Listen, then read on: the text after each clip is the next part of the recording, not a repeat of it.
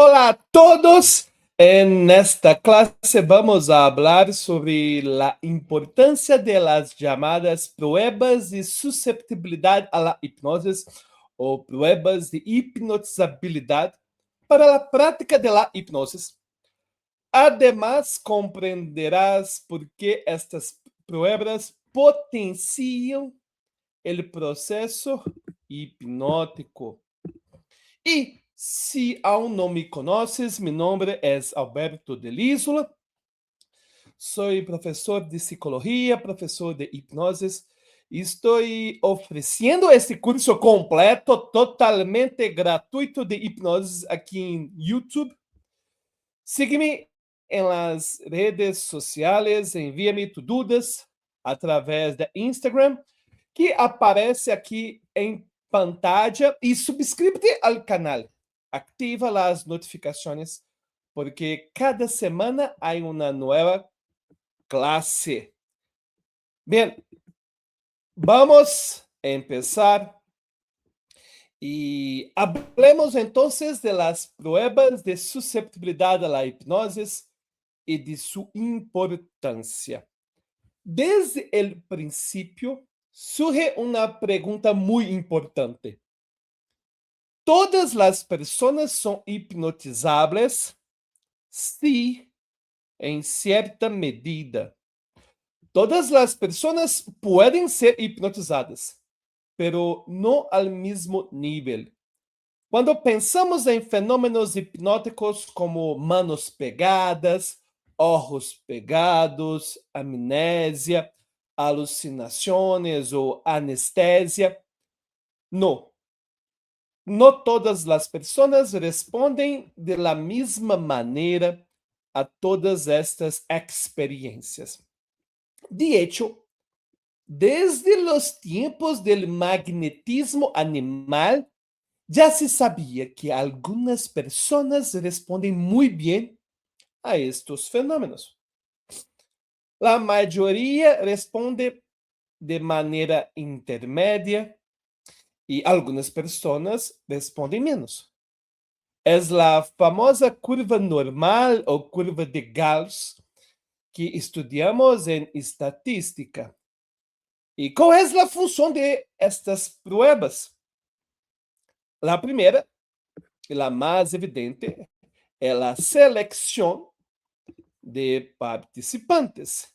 Se vas a realizar uma demonstração pública de hipnosis, estas pruebas permiten seleccionar a las personas más aptas para ser hipnotizadas en este momento. Y observa bien lo que dije. Más aptas en este momento. No se trata de un diagnóstico hipnótico. Esto puede cambiar según el contexto, el lugar, el estado emocional y la actitud de la persona, de los sujetos. Pero sí, si vas a realizar una demostración pública, es fundamental elegir a quienes estén más aptos en este instante.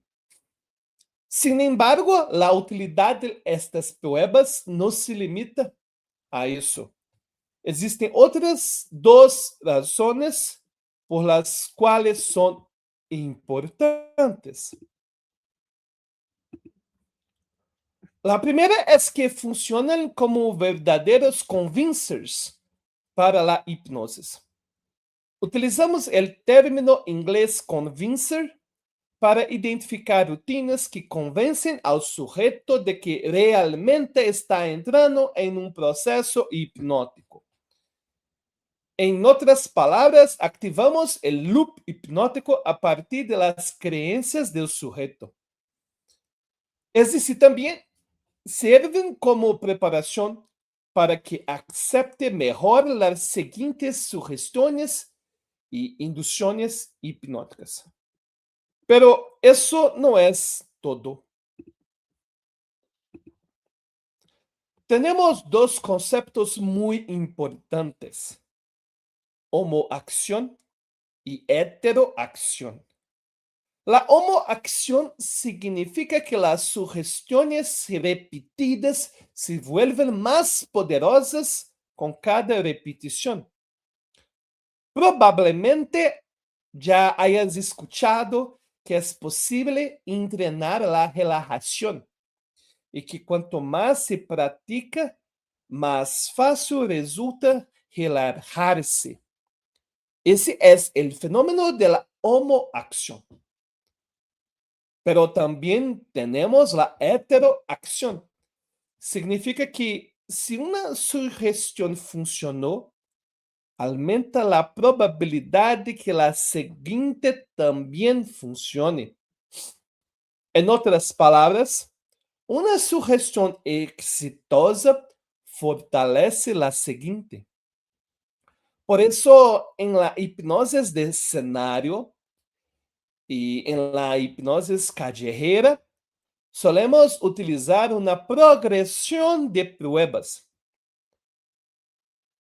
La primera suele ser la que tienes mayores probabilidades de éxito y generalmente una mayor carga fisiológica. Cuando funciona, aumenta la probabilidad de que la siguiente también funcione, heteroacción. Y al realizar varias pruebas en secuencia, vamos pavimentando el camino para que las inducciones hipnóticas funcionen de forma más profunda. Por eso, el orden es importante. El primer ejercicio debe ser aquel con la mayor tasa de éxito. Nadie comienza, por ejemplo, con manos pegadas. El fenómeno de las manos pegadas, muy conocido a la hipnosis de escenario, es mucho más complejo que el de las manos magnéticas o los dedos magnéticos o los libros y globos que normalmente utilizamos al principio. Entonces, resumiendo, existen dos motivos principales para utilizar estas pruebas. Primero, funcionan como convincers. Segundo, y más importante, promueven la homoacción y la heteroacción, facilitando el proceso hipnótico que ocurrirá después. Y aquí viene otro punto muy importante, muy importante. Yo nunca digo que vamos a realizar una prueba de susceptibilidad. No. Normalmente después del pre-talk, digo algo como, antes de hacer la hipnosis propiamente dicha, vamos a realizar algunos ejercicios para que puedas percibir cómo la imaginación modifica la percepción. Es decir, presento estas pruebas como ejercicios preparatorios. Así reduzco la resistencia, disminuyo la ansiedad y evito que la persona se sienta presionada a hacer algo que funcione. Y yo clasifico essas pruebas en tres categorias.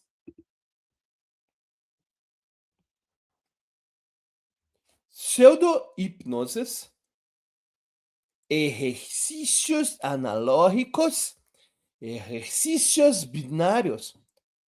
E vamos a entender cada uma de ellas. Pseudo-hipnosis. Llamamos a pseudo-hipnosis a cualquier ejercicio puramente fisiológico que se presenta como si fuera un fenómeno hipnótico genuino. En inglés suele utilizarse el término gimmick para este tipo de demonstración. Um exemplo clássico es aquel juego en que la persona empuja el brazo repetidamente contra la resistencia del hipnotista.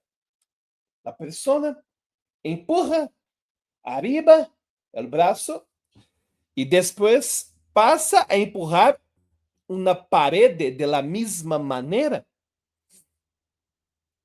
Hacemos esto cuando somos niños, un juego. Y cuando se separa de la pared, el brazo se eleva involuntariamente. Esto ocurre por un fenómeno fisiológico. No es por la sugestión, no hay hipnosis verdadera. Otro ejemplo es la llamada catalepsia ocular artificial. El hipnotista pide a la persona que cierre los ojos. Imagine una ventana por encima de su cabeza. Una ventana aquí. Luego le pide que dirija los ojos hacia arriba, como si intentara mirar a través de esa ventana con los ojos cerrados. Después realiza una cuenta regresiva y dice que no podrás abrir los ojos. Aunque exista expectativa, exista sugestión, la dificultad para abrir los ojos ocurre principalmente debido a la posición ocular adoptada. Por lo tanto, se trata de una pseudo-hipnosis. Otro ejemplo muy peligroso es el famoso puente humano o human plank.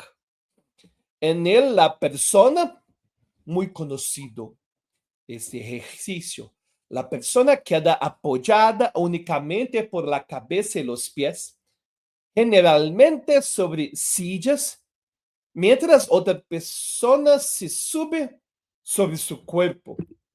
Muy peligroso. Aunque con frecuencia se presenta como una demostración del poder de la hipnosis, el poder de la mente.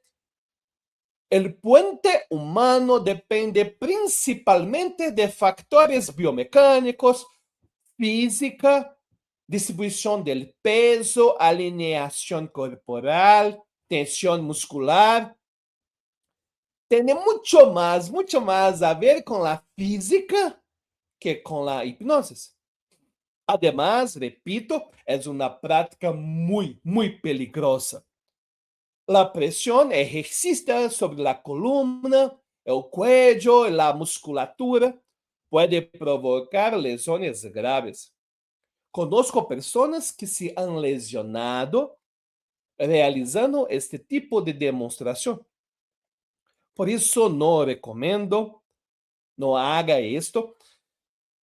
El puente humano no es una evidencia de hipnosis. Y aunque las pseudo-hipnosis puede generar expectativas, compromiso y hasta funcionar como un convincer, personalmente no me gusta este tipo de práctica. Y existen varias razones para ello. La primera, muy importante, las pseudo-hipnosis son prácticamente infalibles. Eso puede parecer una ventaja, pero yo no lo considero así, porque después de una pseudo-hipnosis, no puedo saber si el sujeto realmente está participando activamente en un proceso o simplemente respondiendo a un fenómeno fisiológico inevitable. Además, existe otro problema. Peor. Un problema peor. El sujeto puede conocer el truco. Un truco fisiológico, biológico. Y en este caso, corres el riesgo de parecer un charlatán o alguien que intenta enganar. Eso destruye completamente el contexto hipnótico, la empatía, la conexión, la credibilidad. Y tenemos también ejercicios analógicos y ejercicios binarios. Los ejercicios analógicos son aquellos que poseen un amplio espectro de respuestas consideradas correctas. No existe una sensación clara de éxito o fracaso. Siempre hay algún tipo de respuesta válida. Por otro lado, los ejercicios binarios tienden a funcionar o no funcionar. Hay falla. Aunque existe cierta graduación de respuestas correctas, es mucho más limitada. Antes de hablar de ellos, voy a repetir algo que ya dije anteriormente. Lo importante no es el guión. Lo importante es la historia que cuentas. Antes de cualquier ejercicio analógico o ejercicio binario, antes de cualquier ejercicio, pregúntate: si yo fuera a contar una historia que condujera naturalmente a ese fenómeno, ¿cuál sería esa historia? Esta es la pregunta fundamental. Siempre comenzamos por los ejercicios analógicos porque tienen uma maior probabilidade de funcionar. E se funcionam bem, avançamos hacia os exercícios binários e depois hacia a indução hipnótica. E os principais exercícios analógicos são os dedos magnéticos, el barquito, las manos magnéticas y los libros y globos. En los dedos magnéticos, la persona une las manos de esta manera, extiende los dedos índices muy cerrado aquí y extiende los dedos índices. Imagina que los dedos son ímanes que se atraen cada vez más. Cada vez más se atraen más y más. Concéntrase al el espacio entre estos dedos y atrae más y más. Este es un ejercicio muy conocido. El siguiente es el ejercicio del barquito. No sé exactamente cuál es la traducción al español, pero yo llamé barquito. En portugués se llama barquinho, barquinho en portugués. Habla muchas lenguas al mismo tiempo, muy confuso. Pero, ¿cómo es el barquito?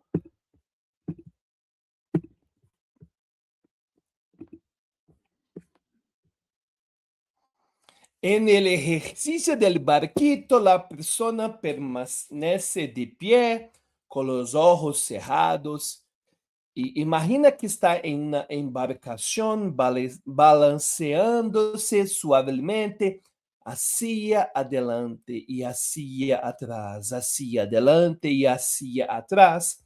Y tú vas contando una historia relacionada con barquito, diciendo que la persona se va balanceando hacia adelante y hacia atrás. En inglés llamamos ese ejercicio de postural sway, que puedes traducirse como oscilación postural, pero yo prefiero barquito. Entonces, en nuestro curso es barquito. Y lo próximo ejercicio muy conocido, el ejercicio de las manos magnéticas. Las manos permanecen separadas mientras la persona imagina que son atraídas por una fuerza magnética. Y más de una vez empieza a contar una historia. Las manos se atraen más y más. más y más, más y más. La repetición es muy importante en la hipnosis. Y finalmente, el libros y globos. Yo no sé si esta es la traducción en español. En inglés llaman de este ejercicio de, yo pienso que libros, no, bucket and balloons, bucket and balloons, bucket and balloons. Pero en portugués llamamos livros e balões. Entonces, yo estoy llamando de libros y globos, una traducción que es mía. Yo pienso que bucket and balloons podría ser comprendido en español como ejercicio del balde y los globos. En portugués la palabra es balde también, pero más comúnmente llamamos libros y los globos, os balões. Bom, e nos libros e globos, chamando livros e globos, um braço tinha um globo de hélio e se vuelve cada vez mais ligeiro arriba, mientras, mientras lo otro tenía un libros imaginario cada vez más pesado. Los dos brazos, este con globo, va arriba y este con un libro muy pesado. Y habla que los libros muy pesado. E é importante recuperar um recuerdo, um livro de la universidade, um livro conhecido. Não é qualquer livro. La persona tiene que recordar algo para imaginar, para sentir. Agora tenho uma dificuldade doble: ensinar hipnose em outro idioma, espanhol, e lidiar com uma câmera que se cayó. Pero vamos a los ejercicios binarios. Espero que comprendem todo. Estou estudando espanhol e haciendo el máximo para hablar su idioma.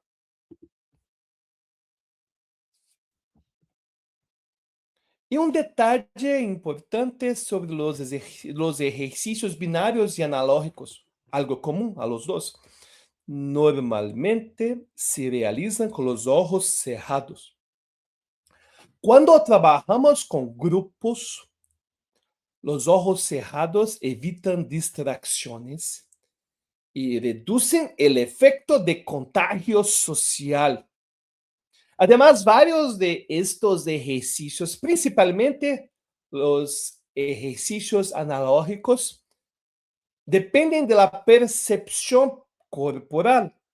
Con los ojos abiertos, la persona realiza correcciones constantes de postura, dificultando el proceso.